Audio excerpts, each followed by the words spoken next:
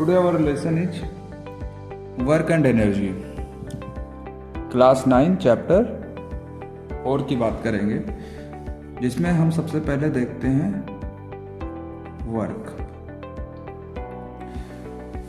Work क्या होता है, इसको समझने के लिए देखिए, जब भी कोई बॉडी है उस पर हम फोर्स लगाते हैं तो बॉडी में डिस्प्लेसमेंट होना शुरू हो जाता है। बॉडी पॉइंट ए से कहाँ पे पहुंच जाएगी, पॉइंट बी पर पहुंच जाएगी। और इस दौरान मान लेते इसने जो डिस्टेंस कवर किया वो डिस्टेंस कवर किया d। तो किसी भी बॉडी में फोर्स लगा के बॉडी को डिस्प्लेस करना क्या कहलाता है, फोर्स कहलाता है, वर्क कहलाता है। सॉरी, किसी भी बॉडी में फोर्स लगा के उसे एक जगह से दूसरी जगह पे ले जाना क्या कहलाता है, वर्क डन कहलाता है।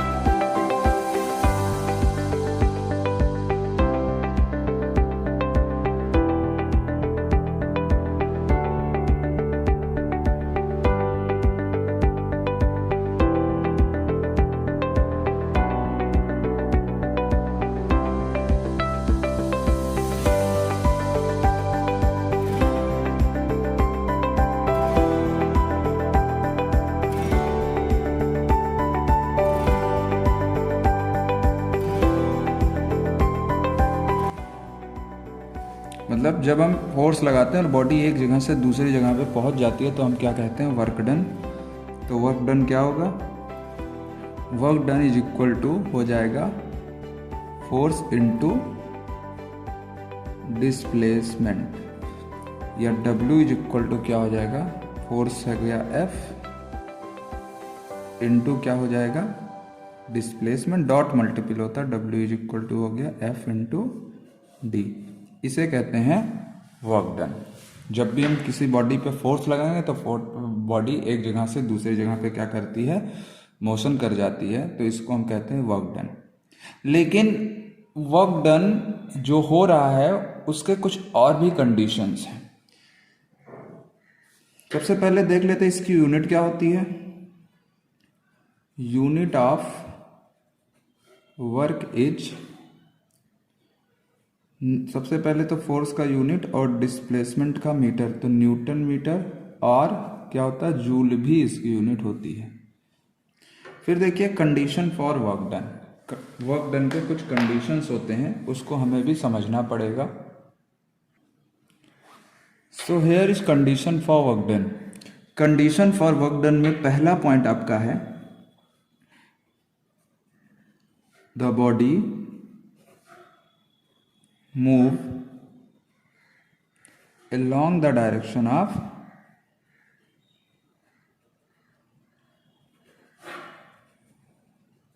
सबसे पहला है कि जो बॉडी होती है, मान लो कि आपके पास एक खिलौना है, ठीक है, और आप उसको फोर्स लगा के खींच रहे हो, तो आपने फोर्स किधर लगाया, एक्स एक्सिस की तरफ फोर्स लगाया, और बॉडी भी एक्स एक्सिस की तरफ मोशन कर रही है पॉइंट ए से बी तक। तो ऐसे में जो वर्क डन होगा वो पॉजिटिव माना जाएगा, और यहाँ पे ये भी कहा जाएगा कि वर्क डन हो रहा है।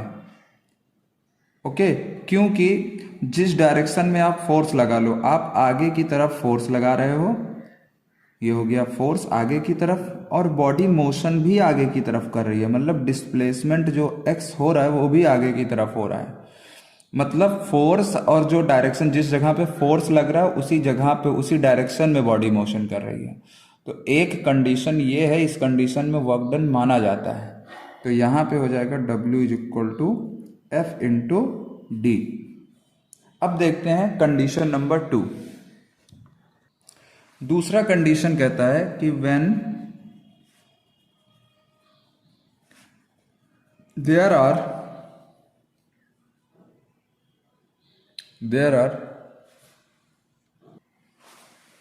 angle between force and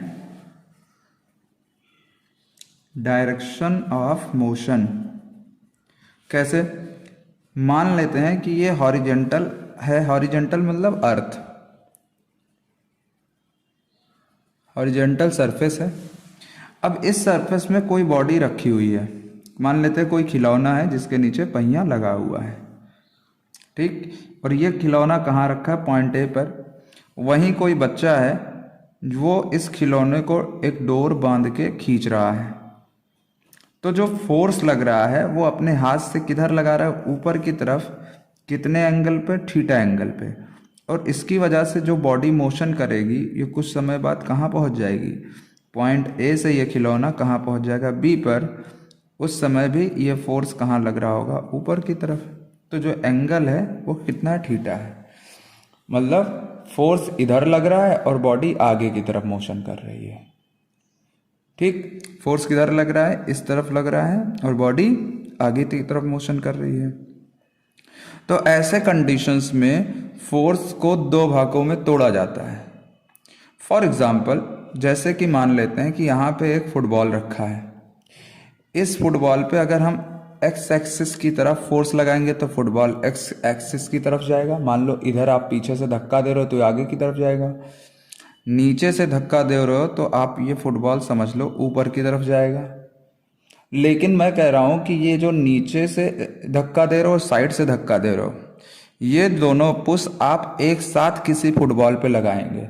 मान लेते हैं कि हम क्या कर रहे हैं, दोनों मतलब हम दोनों तरफ क्या कर रहे हैं? फोर्स लगा रहे हैं। तब जब एक साथ फोर्स लगाएंगे तो ना, क्योंकि एक्स और वाई एक्सिस पे लगने वाला फोर्स एक साथ बॉडी पे लग रहा है, ऐसे कंडीशन पे बॉडी ना तो एक्स की तरफ जाएगी ना तो वाई की तरफ जाएगी, वो रिजल्टेंट फोर्स की तरफ जाएगी। किधर? इस तरफ जाएगी, जहाँ पे रिजल्टेंट फोर्स का डायरेक्शन होगा। तो अगर मान लेते हैं ये थीटा एंगल बना रहा है तो इसका एक देखो यहाँ पे जब फोर्स लगेगा तो बॉडी यहाँ पहुँच जाएगी। इसका मतलब बॉडी ऊपर भी गई एक तरह से, देखो यहाँ से यहाँ पहुँच गई बॉडी, और बॉडी आगे भी गई, यहाँ से यहाँ पहुँच गई। तो ऐसे कंडीशंस में फोर्स दो भागों में बढ़ता है। थीटा से जुड़ा वाला फोर्स को क्या कहते हैं? F cos theta. और ऊपर जुड़ा हुआ फोर्स क्या बोला जाता है? F sine theta. अगर आपको मतलब डायरेक्ट समझना है तो याद रखना कि अगर किसी भी फोर्स को दो भागों में तोड़ना हो तो जो थीटा से जुड़ा है वो नीचे क्या कहलाता है? F cos theta. और जो सीधा फोर्स होगा वो क्या कहलाएगा? F sine theta. इस फोर्स की वजह से ये खिलौना ऊपर उठ सकता है, लेकिन एफ कॉस थीटा की वजह से खिलौना आगे जाएगा। सो वर्क डन क्या होगा? वर्क डन क्या होगा? वर्क डन होता है फोर्स इनटू डिस्प्लेसमेंट। फोर्स कितना लग रहा है? यहाँ पे कौन सा फोर्स लेंगे? जिस फोर्स की वजह से डिस्प्लेसमेंट हो रहा है। लगा तो फोर्स एफ रहा था, लेकिन एफ का एक भाग एफ कॉस थीटा जो गाड़ी को आगे की तरफ ले जाएगा, वो ही डिस्प्लेसमेंट भी कर रहा है। तो फोर्स की जगह पे हम क्या यूज करेंगे? F cos theta.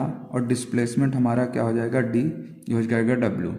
तो डब्ल्यू इज इक्वल टू क्या हो जाएगा? F D cos theta. ये होता है work done at angle theta.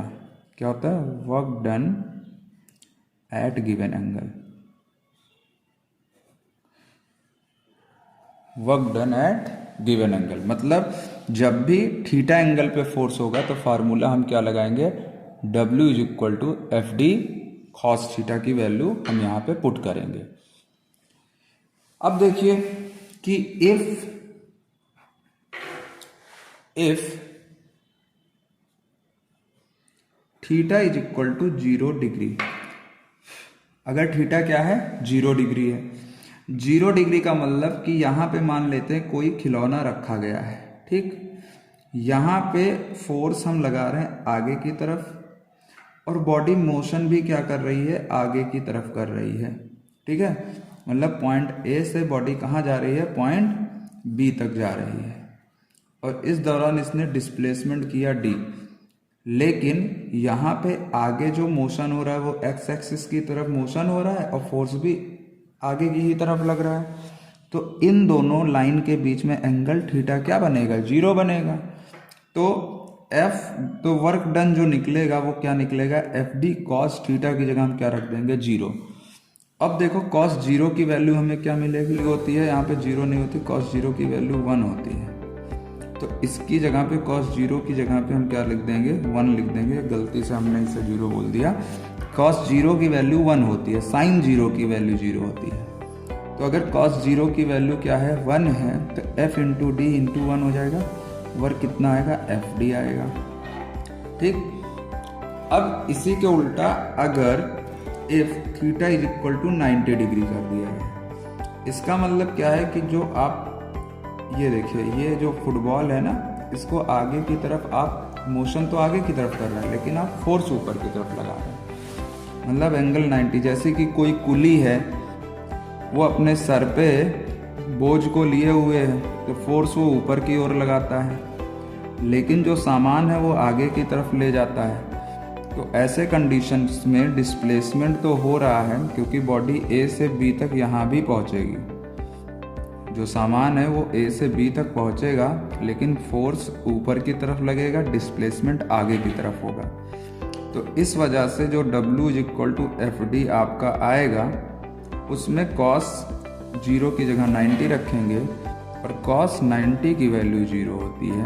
तो cos 90 की जगह हम क्या रख देंगे, 0 रख देंगे, तो वर्क डन क्या मिल जाएगा, 0 मिल जाएगा। इससे क्या प्रूव हो रहा है कि अगर डायरेक्शन ऑफ फोर्स परपेंडिकुलर है तो वर्क डन 0 होगा।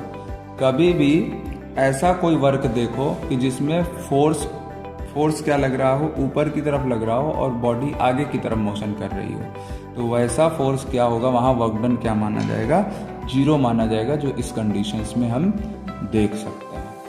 इसी से रिलेटेड कुछ न्यूमेरिकल्स हम नेक्स्ट क्लास में डिस्कस करेंगे। Thank you, have a nice day.